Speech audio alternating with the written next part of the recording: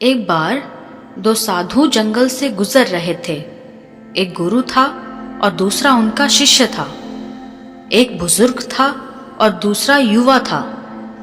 बूढ़े साधु ने अपने कंधे पर एक झोली टांग रखी थी, मानो जैसे कोई वजनी चीज लटकी हुई हो। बीहड़ जैसा रास्ता था और दूर दूर तक कोई नहीं दिखाई पड़ रहा था। उस बूढ़े साधु ने अपने शिष्य से पूछा, बेटे, जंगल में कोई डर तो नहीं है? अपने गुरु की बात सुनकर उस युवा सन्यासी को बहुत हैरानी हुई, क्योंकि आज तक उसके गुरु ने इस तरह का कभी कोई प्रश्न पूछा नहीं था। वह युवा सन्यासी अपने गुरु से कहता है, गुरुदेव, डर कैसा? यह जीवन तो नश्वर है ना, तो डर किस बात का? गुरु ने कहा, ठीक है, चलो आगे बढ़ते हैं। दोनों गुरु और शिष्य अपने मार्ग में आगे बढ़ते हैं। रात और गहरी होती गई और सन्नाटा और भी ज्यादा छाने लगा। कुछ आगे चलकर उन्हें कोहरा भी मिलने लगा। गुरु ने दोबारा अपने शिष्य से पूछा, बेटा, कोई डर तो नहीं है ना? शिष्य चौंकता है और कहता है कि डर कैसा और किस बात का डर गुरुजी? हम सन्यासी हैं, भला हमें किस बात का डर? शिष्य की बात सुनकर गुरु ने कहा, ठीक है, हम आगे बढ़ते हैं। थोड़ा आगे चलने पर उन्हें एक कुआं मिलता है।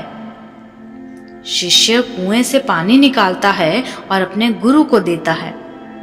गुरु अपने शिष्य को वो झोला संभालने के लिए दे देता है और खुद पानी पीने लगता है। शिष्य को शक तो पहले से ही था कि इस झोले में जरूर कुछ ऐसा होना चाहिए जो कि अकारण भय पैदा कर रहा है।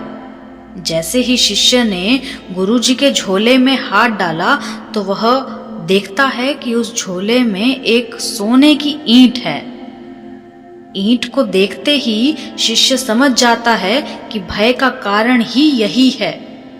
वह इस ईंट को झोले से निकालता है और दूसरी तरफ झाड़ियों में फेंक देता है और उसकी जगह उसी तरह का पत्थर रख देता है। गुरु ने पानी पिया और अपने झोले को वापस मांगने लगा और कंधे पर लटकाकर आगे चल दिए। जैसे ही गुरु को एहसास हुआ कि ईंट का वजन उसके कंधे पर आ गया है, उसके बाद गुरु और शिष्य दोनों मार्ग में आगे बढ़ चले। कुछ दूर आगे चलने के बाद गुरु को सैनिकों के घोड़ों के दौड़ने की आवाज आई। ऐसा लगा मानो सैनिक उसी की तरफ आ रहे हैं। गुरु घबराकर अपने शिष्य से पूछता है कि यहाँ कोई भय तो नहीं है? कोई भय की बात तो नहीं है ना? तो शिष्य बोला, आप बिल्कुल निश्चिंत हो जाइए, क्योंकि डर को तो मैं पीछे फेंक आया हूं। गुरु घबरा गया और अपने झोले में देखा तो पाया कि सोने की ईंट नहीं थी, बल्कि उसकी जगह उसी की तरह दिखने वाला एक पत्थर रखा हुआ था। लेकिन इतने टाइम से यह पत्थर भी भय का कारण बना हुआ था। वह बूढ़ा गुरु हंसकर कहने लगा कि ये तो हद हो गई। इतनी देर से मैं इस पत्थर को ढो रहा था और यह मुझे लगातार भय भी दे रहा था। गुरु अपने शिष्य से कहता है, तुमने ठीक कहा, तुमने भय को पीछे छोड़ दिया, पर पागल, तुमने मुझे पहले क्यों नहीं बताया कि मैं इतनी देर से इस पत्थर के कारण भयभीत रहा? ये इतनी देर से भय मुझे व्याकुल कर रहा था।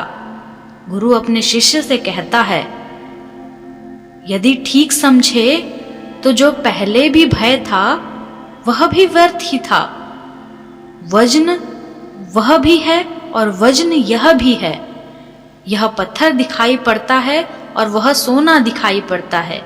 यदि आप भी इस पत्थर को ना देखते तो आप पूरी रात डर में ही बिताते। उसके बाद वह बूढ़ा गुरु उसके झोले में पड़े हुए उस पत्थर को बाहर निकालकर फेंक देता है और पूरी रात निश्चिंतता से होकर सोता है। दोस्तों, हमें इस कहानी से यह शिक्षा मिलती है कि भय सिर्फ हमारी अपनी मान्यता है, मतलब मनगढ़ंत है। यदि हम वास्तविकता को नहीं देखेंगे तो सोना भी भय देगा और पत्थर भी उतना ही भय देगा जितना कि सोना होने पे आपको डर लगता है। अगर आप एक बार वास्तविकता को देख लें तो भय कैसा भय, कहाँ का भय? अपने जीवन से भय को समाप्त करना केवल आपके हाथ में है और इसका एक ही तरीका है कि जो आपको आगे दिख रहा है उसको समझिए, उसको जानिए। जरूरी नहीं है कि आपको वास्तविकता ही दिख रही हो और भय सिर्फ एक मनगढ़ंत चीज होती है। भय जैसी कोई चीज नहीं होती।